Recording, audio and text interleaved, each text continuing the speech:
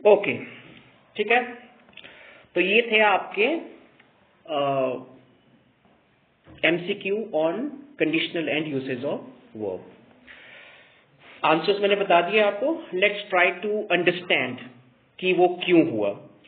If she blank diligently, अगर नहीं किए है ना आपने, नहीं मिल पाया आपको टाइम, ठीक है, तो अभी करने की कोशिश करो और अभी समझने की कोशिश करो कि क्यों ये चीज होगी।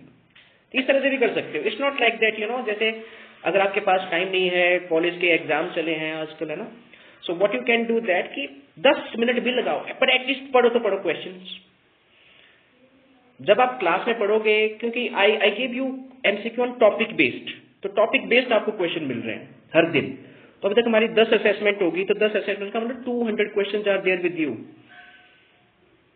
With concept. एक हमने मॉक टेस्ट किया था, ठीक है, राइट।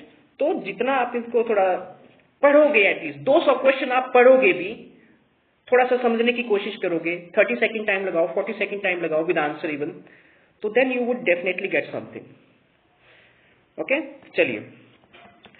तो पहला देखिए आपका, ये कंडीशनल के ऊपर थे। मैंने आपको बताया कंडीशनल 4 टाइप के होते हैं, ठीक है। If she blank diligently she would pass the entrance exams. क्या आएगा यहाँ पे? ऑप्शन है आपकी studies, studied, has studied, will study.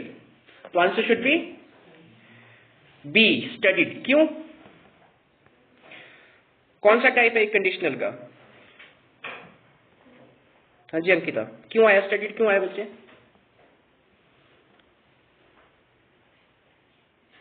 क्यों आया?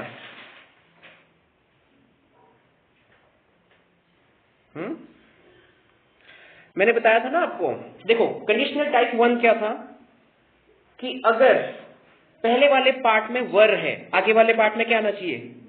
वुड। दूसरा कंडीशनल क्या था?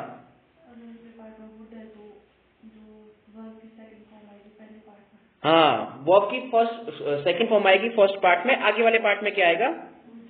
वुड। तो आगे वाले पार्ट में वुड 2 केस में आ सकता है, ये चीज याद रखनी है यहाँ पे, क्योंकि कंडीशनल के 4 ही टाइप तो हैं, ठीक है। आगे जो वुड है वो आपका 2 केसेस में ही आ सकता है, या तो पहले वर होना चाहिए या तो पहले सेकंड फॉर्म होनी चाहिए। अब वर तो ऑप्शन में है ही नहीं, कौन सी फॉर्म है? तो second form is answer guys. थोड़ा स्मार्ट, मैंने बोला ना आपको कंडीशनल में आपको, देखो स्पोकन के केस में क्या है, स्पोकन में बड़ा लेंथी जाता है topic, you know, we have to do group discussion, debate, फिर वहां पे ऐसे सेंटेंसेस होते हैं, अगर ऐसा होता तो ऐसा हो गया होता, अगर ऐसा करते तो ऐसा करते, तो वहां पे स्पोकन में वो सेंटेंसेस बनाने हैं, ठीक है। लेकिन यहाँ पे सिर्फ आपको कम्पिटिटिव एग्जाम्स में सिर्फ आपको आइडेंटिफाई करना है कि पहले वाले पार्ट में क्या है तो आगे वाले पार्ट में क्या होगा, समझ गए? तो 4 ही तो आपको याद रखने हैं, और मैक्सिमम क्वेश्चन देखो ऐसे ही है। आगे देखिए, आप देखो, है ना, unless he blank apologises for his, एक सेकेंड कहाँ गए, हाँ, unless he apologises for his behaviour she won't forgive him. क्या आएगा यहाँ पे? apologize, apologizes, apologized and has apologized. C, B, क्यों? has D बोल रहे हो आप, डेल्टा। देखो ये क्या बोल रहे हैं, पहले इनका तो सुनने दो, मैंने आंसर तो, हाँ जी, D for delta. Okay, D as delta, no, delta is not the answer, answer is B. क्यों सौरभ, क्यों? फर्स्ट नहीं है बच्चे, ये 0 कंडीशनल है, जो लास्ट वाला था उसमें क्या था? देखो इधर देखो पहले सारे, अगर मैं, हाँ, जैसे मैंने आपको बताया था ना एग्जांपल कि अगर मैं मार्केट जाऊंगी या जाती हूं, मान लिया सौरभ, अगर मैं मार्केट जाता हूं, मैं आइसक्रीम खाऊंगा, क्या इंग्लिश बनेगी? ये आगे वाला पार्ट है, इसमें क्या है, ये प्योर इमेजिनरी नहीं है, this is not pure imaginary, right. इसका पहला पार्ट कंडीशन का क्या है? अगर आप मार्केट गए ना, तब वो आगे वाली कंडीशन फुलफिल हो जाएगी, राइट। तो ये पॉसिबल है, यानी कि जीरो है ये, अगर ये हो गया तो ये भी हो जाएगा।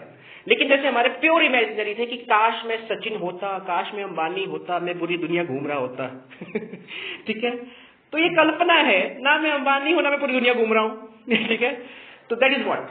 तो अगर ऐसी कंडीशन है तो पहले वाले पार्ट में या तो फर्स्ट फॉर्म आती है या तो फिर कौन सी फॉर्म, फिफ्थ फॉर्म।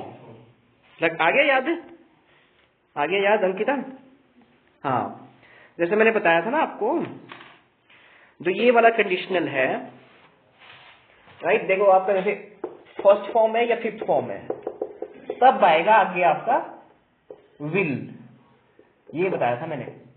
वैसे तो अगर हम ट्रांसलेशन करेंगे ना हिंदी का, तब क्या होगा, तब यहां पे भी लगेगा कि विल आएगा, यहां पे भी लगेगा विल आएगा।